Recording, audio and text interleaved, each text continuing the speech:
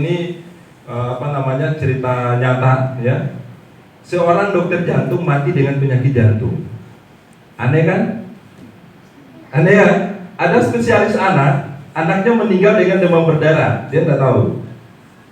Aneh kan Bapak Ibu semua? Nah ternyata semua itu bukan berawal dari profesi kita, tapi berawal dari diri kita sendiri Bapak Ibu semua. Sehat kitanya itu tergantung kita, sejauh mana ilmu pengetahuan kita tentang kesehatan.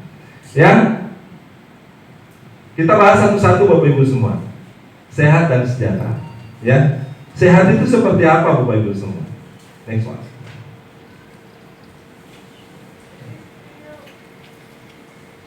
Nah, ini kalau Anda ingin sehat Bapak Ibu semua, yang perlu Anda perhatikan ini Bapak Ibu semua. Ada lebih dari 1000 macam racun yang masuk ke tubuh kita setiap hari. Ini yang perlu Anda harus perhatikan kalau Anda ingin sehat. Ya, racun itu dari pertama ini gaya apa nih Bapak Ibu semua? Pikiran. Ya. Nah, pikiran kok bisa jadi sakit Bapak Ibu semua? Betul Bapak Ibu semua. Saya baca di salah satu buku. Kalau Anda berpikir itu racun-racun yang ada dari dalam tubuh Anda itu keluar.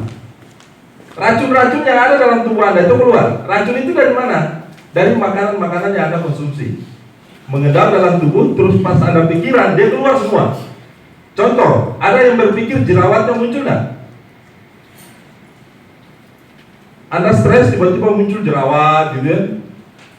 Tiba-tiba rambut rontok.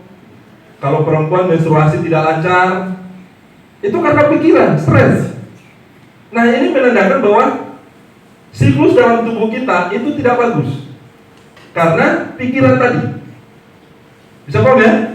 Jadi hati-hati dengan pikiran. Makanya saya menyarankan Anda jangan baca koran, karena di dalam koran itu masalah. Anda sudah punya masalah dalam diri. Kalau Anda baca koran tambah masalah lagi Bapak Ibu semua. Makanya sebaiknya Anda baca buku-buku yang memberikan solusi buat Anda. Jangan membaca buku atau sesuatu yang sudah ada masalah orang lain, tambah lagi masalah dalam diri kita. Seperti itu. Nah, terus merokok, polusi udara, pupuk, ya, pupuk juga Bapak Ibu semua. Kita lihat, pupuk. Ini kalau orang pupuk sayur atau tanaman itu mereka tutup semua. Ya, mereka tutup. Takut apa? Takut jangan sampai pestisida masuk lewat pernapasan atau melalui saluran pencernaan. Nah, dikasih di tanaman, baru dijual ke kita, baru kita makan. Orang pupuk saja makanan, takut jangan sampai terkena racunnya, ya kita makan sayurnya. Seperti itu. Nah, selanjutnya handphone. Nah, semakin mahal handphone, semakin tinggi radiasi handphone yang bisa mempengaruhi pikiran kita Bapak Ibu semua. Makanya kalau ada yang sudah menggunakan handphone 1 tahun, pasti Anda suka lupa-lupa. Iya, karena Anda kalau misalkan nelpon 1 jam di telinga Anda, itu saraf-saraf yang ada di otak Anda mulai terputus sedikit demi sedikit. Makanya Anda suka lupa-lupa Bapak Ibu semua. Makanya ada yang istilahnya belum tua lagi suruh lupa. Iya, sekarang di zaman sekarang itu belum tua lagi pasti lupa karena sudah menggunakan handphone. Nah, Anda bisa bandingkan saja. Ada waktu SD yang tidak menggunakan handphone dan Anda yang sudah menggunakan handphone. Di waktu SD Anda hafalannya kuat sekali, tapi pada saat SMP, SMA Anda mulai hafalannya mulai berkurang. Itu tandanya daya ingat Anda sudah mulai berkurang karena radiasi handphone. Seperti itu.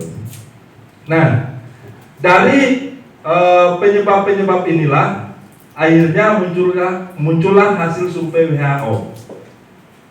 Dari diri manusia itu yang sehat hanya terdapat 5%. Ini menurut hasil survei WHO.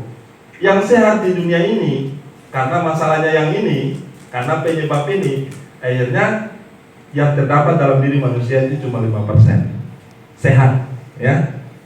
Dan yang sakit itu 20%. Dan yang paling banyak adalah 75% sehat bermasalah. Nah, Yang 75% sehat bermasalah itu gejalanya seperti apa? Kita lihat gejalanya ini. Mudah lelah, ya. Yang 75% itu pada umumnya kita yang berada di ruangan ini, Bapak Ibu semua, mudah lelah, obesitas, ya, penurunan fungsi dan gairah seks. Nah, penurunan fungsi dan gairah seks bagi Bapak Ibu yang sudah menikah. Nah, terus kalau yang belum menikah, terus penurunan fungsi dan gairah seks itu masalahnya dari mana? Ini yang bingung. Nah, masalahnya di sini semua nih Bapak Ibu semua, ya. Perut buncit, rambut rontok, ya, sering gugup, sering kencing, sering lupa, stres, sulit konsentrasi dan susah tidur. Ini adalah gejala-gejala daripada sehat bermasalah. Nah, Bapak Ibu semua, yang menjadi pertanyaan bagi kita, Anda mau mencegah atau mengobati? Ya, Anda mau mencegah atau mengobati Bapak Ibu semua? Nah, ada yang istilahnya kalau orang kesehatan selalu ngomong di masyarakat pada umumnya, mencegah itu jauh lebih baik daripada mengobati. Kenapa? Karena apa? Kalau Anda sudah mengobati, itu sudah lebih besar biayanya. Kurang lebih 4 kali pengobatan kalau Anda sudah sakit. Nah, dan yang paling murah adalah biaya pencegahan. Tapi banyak orang tidak selalu mengutamakan pencegahan. Mereka lebih mengutamakan pengobatan. Oh, nanti sakit lah, baru ke dokter. Ya, kan dokter sudah banyak. Betul Bapak Ibu semua, dokter sudah banyak. Tapi yang masalahnya, dokter banyak tidak masalah. Yang masalahnya adalah Andanya, uangnya Anda tambah keluar tambah banyak Bapak Ibu semua, ya. Makanya lebih baik mencegah.